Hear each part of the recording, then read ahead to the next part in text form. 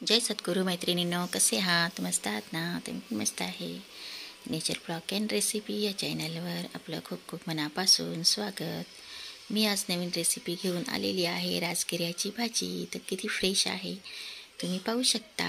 आता ही भाजी मी इकडे गावाकडच्या पद्धतीने बनवणार आहे आणि तुम्ही पाहू शकता इथे ह्या भाजीचे बघा असे लांब लांब पानं असतात. तर आता मी तुम्हाला दाखवणार आहे. तर ही भाजी मी आता खुडणार आहे. तर इथे पाहू शकता बघा कशी लांब लांब पानं आहेत. राजगिराची भाजी अशी ओळखायची आपण. आणि आता ही कशी बनवायची, कशी खुडायची, तर कोवळे जे देठं असतात ते पण आपल्याला घ्यायचे आहेत.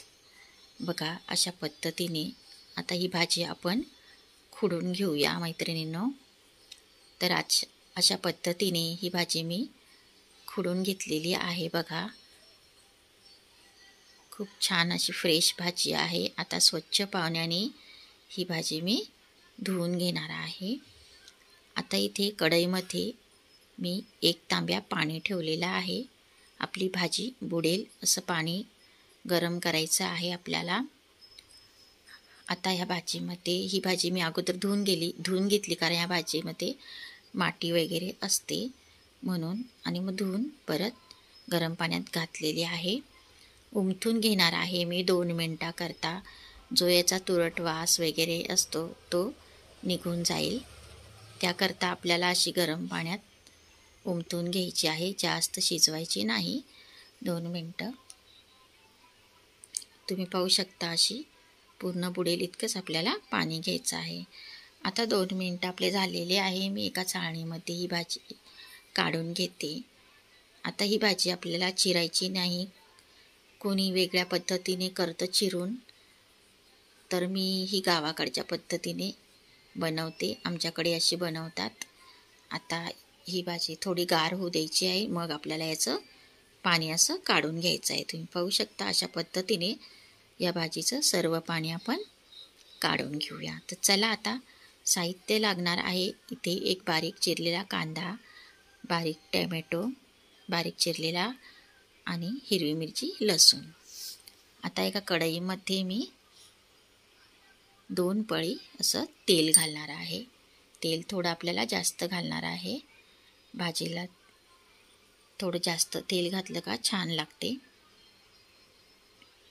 तेल आपलं छानपैकी गरम झाल्यानंतरच आपल्याला लसूण आणि हिरवी मिरची घालायची आहे.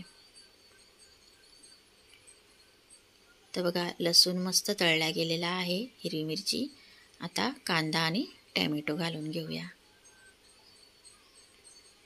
कांदा टॅमॅटो आपल्याला छान असा परतून घ्यायचा आहे तेलामध्ये. बघा एखादा मिनटं तरी असं आपल्याला परतून घ्यायचं आहे.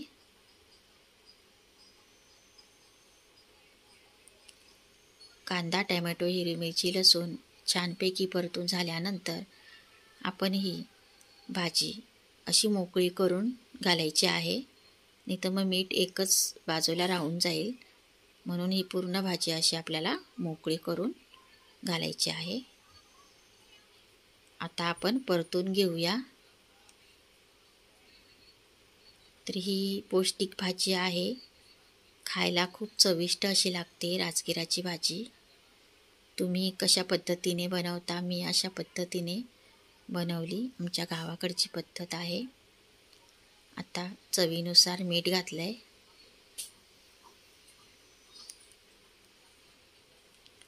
परतून घेऊया आपण मीठ घालून. आता इथे मी 2 मिनटासाठी अशीच भाजी शिजवून घेतली. बघा छान शिजल्या गेलेली आहे. मी आता याच्यात शेंगदाण्याचा कूट घालणार आहे, पण थोडासाच घालणार आहे. 1-1.5 चमचा. आपण पोहे खातो त्या चमच्याने.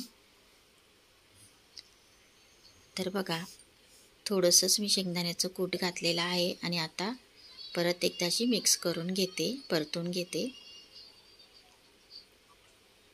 फक्त एखादा मिनटं ही भाजी आपल्याला अशी परतून घ्यायची आहे झाकण न ठेवता. तर आपली भाजी झालेली आहे तयार मैत्रिणींनो.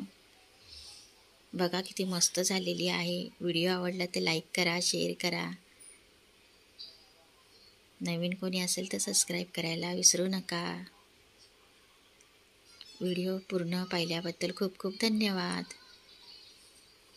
मस्त आपली भाजी तयार झाली आणि ही भाजी मस्तपैकी भाकरीबरोबर खूप छान लागते खायला. तर चला